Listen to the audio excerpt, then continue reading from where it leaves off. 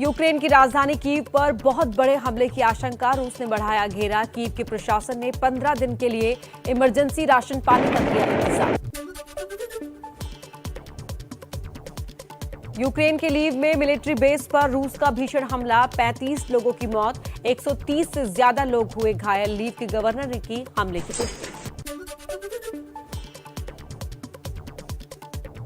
रूस के रक्षा मंत्रालय ने यूक्रेन में जोरदार धमाके का वीडियो किया जारी। रूसी सेना ने कीव में यूक्रेन की सेना के फील्ड कमांड पोस्ट को किया तबाह।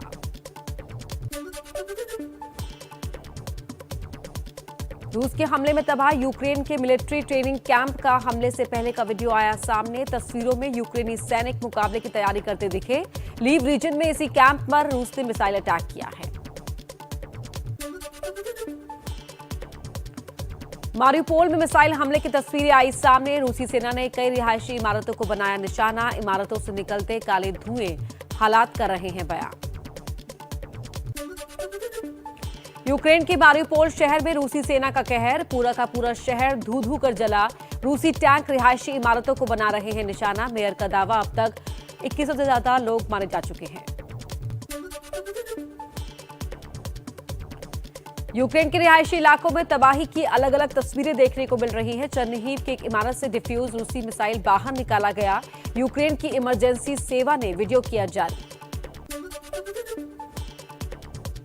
चर्निहीव में 9 मंजिला रिहायशी इमारत पर हमला, जोरदार हमले में एक शख्स की मौत और एक नागरिक घायल हुआ। यूक्रेन के डोनबास में रूसी फौज का तांडव, रूसी सेना ने मल्टीपल लॉन्च रॉकेट सिस्टम से दागी कई मिसाइल। रूस के खिलाफ मोर्चे पर डटी यूक्रेन की सेना, यूक्रेनी सेना भी लगातार तोपों और टैंकों से रूसी फौज पर कर रही है हमले।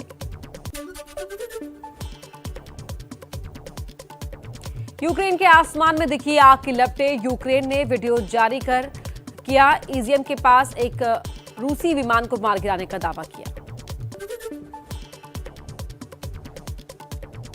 भारत की एक मिसाइल रखरखाव के दौरान तकनीकी खराबी के चलते अचानक फायर हो गई थी और 124 किलोमीटर दूर पाकिस्तान के बहावलपुर इलाके में गिरी थी।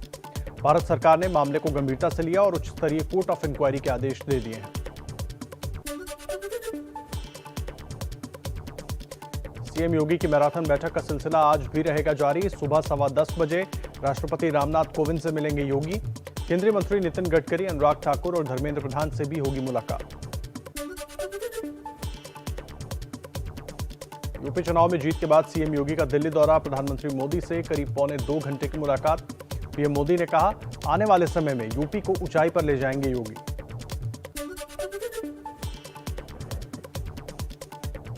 पीएम मोदी के बाद गृह मंत्री अमित शाह से मिले सीएम योगी। शाह ने योगी को मिठाई खिलाकर जीत की बधाई दी। बीजेपी अध्यक्ष जेपी नड्डा और रक्षा मंत्री राजनाथ सिंह से भी मिले योगी।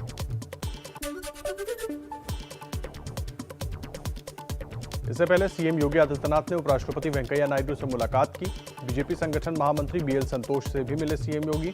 संतोष ने प्रचंड जीत के लिए दी बधाई।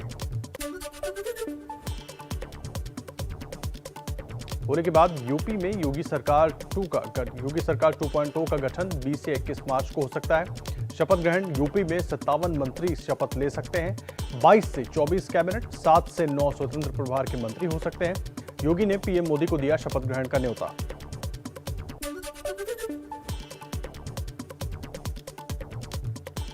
लखनऊ में अखिलेश यादव ने अपने पिता मुलायम सिंह से मुलाकात कर लिया आशीर्वाद।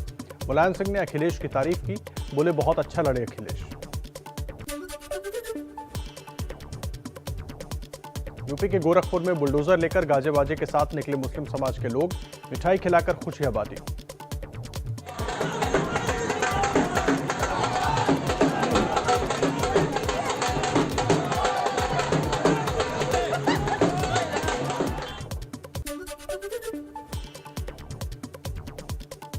पांच राज्यों में हार के बाद कांग्रेस कार्य समिति की बैठक में हुआ मंथन। सूत्रों के मुताबिक सोनिया गांधी ने कहा, परिवार पद छोड़ने को तैयार, लेकिन ज्यादातर सदस्यों ने सोनिया के अध्यक्ष बने रहने का समर्थन किया। विधानसभा चुनाव के इस जनमत को विनम्रता से स्वीकार करते हुए एक सतर्क और जीवंत विपक्ष की भूमिका निभाएगी। सीडब्ल्यूसी की बैठक के बाद कांग्रेस का बयान, पार्टी को सोनिया गांधी के नेतृत्व पर पूरा भरोसा है। पंजाब में सत्ता विरोधी लहर थी। संसद सत्र के बाद पार्टी चिंतन शिविर का आयोजन करेगी। एक चिंतन शिविर बहुत जल्दी जो है बुलाई जाएगी और उस पर कांग्रेस के जितने भी देश में 200-300 वरिष्ठ नेता उनको बुला करके फिर एक रोड मैप तय किया जाएगा।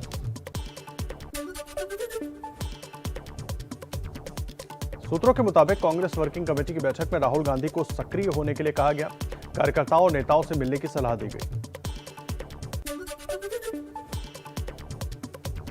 कांग्रेस नेता शशि थरूर का बयान, कहा कांग्रेस सबसे विश्वसनीय विपक्षी दल है, इसलिए इसमें सुधार और फिर से जान फूंकने की जरूरत है।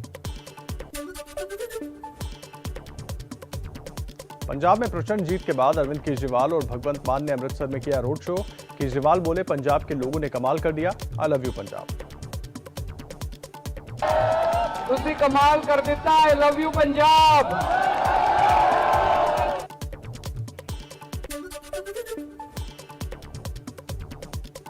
अरविंद केजरीवाल का बड़ा दावा, कहा पंजाब में कोई मंत्री विधायक इधर उधर करेगा तो बख्शेंगे नहीं, जेल भेजेंगे।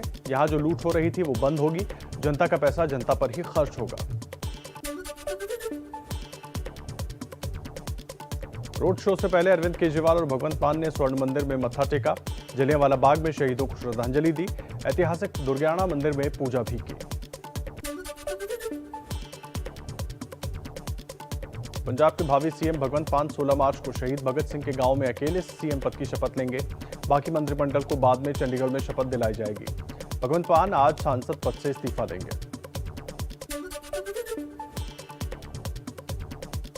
पंजाब के पूर्व सीएम कैप्टन अमरिंदर सिंह पर सोनिया गांधी का बयान। सूत्रों के मुताबिक सोनिया ने कहा, मैं जिम्मेदार हूं, कई लोग बदलना चाहते थे लेकिन मैं उन्हें बचा रही थी।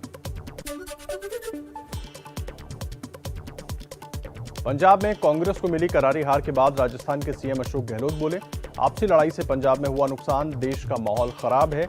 बीजेपी पर लगाया धर्म के नाम पर राजनीति करने का आरोप। आपसी लड़ाई ने नुकसान कर दिया, आप पार्टी जीत गई चुनाव एक तरफा।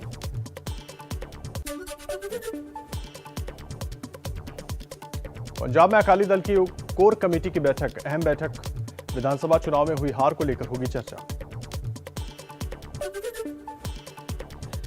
उत्तराखंड में सीएम के नाम पर वरिष्ठ नेता अजय भट्ट बोले, मुख्यमंत्री की रेस में जिन नामों की चर्चा वो केवल कयास है, असली फैसला विधायक दल की बैठक में होगा।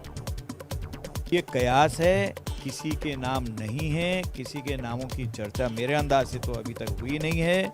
और वही नाम पर चर्चा, नामों की चर्चा भी होगी तो वही हमारे मुख्यमंत्री होंगे जिनको विधानमंडल दल की जो बैठक होगी में चुना जाएगा।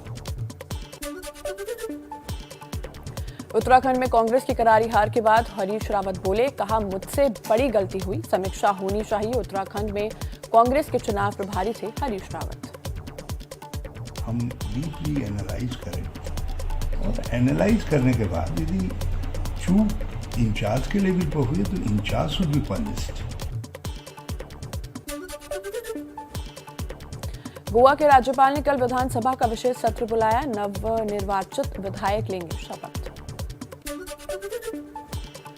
संसद के बजट सत्र के दूसरे चरण की आज से शुरुआत, लोकसभा और राज्यसभा की कार्रवाई सुबह 11 बजे शुरू होगी। कांग्रेस अध्यक्ष सोनिया गांधी के घर संसदीय दल की बैठक में बजट सत्र के दूसरे चरण को लेकर हुई चर्चा। मल्लिकार्जुन खड़गे ने कहा, महंगाई, बेरोजगारी, एमएसपी का मुद्दा उठाएंगे।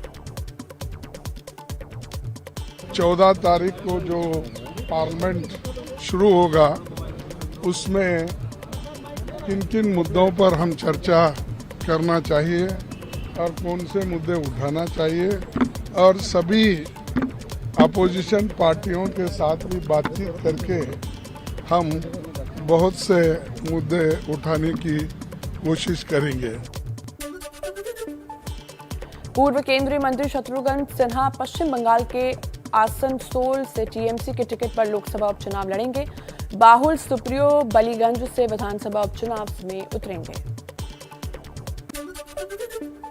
संयुक्त किसान मोर्चा की आज बैठक, दोपहर 12 बजे दिल्ली के गांधी पीस फाउंडेशन में होगी बैठक। आगे की रणनीति पर किसान करेंगे विचार।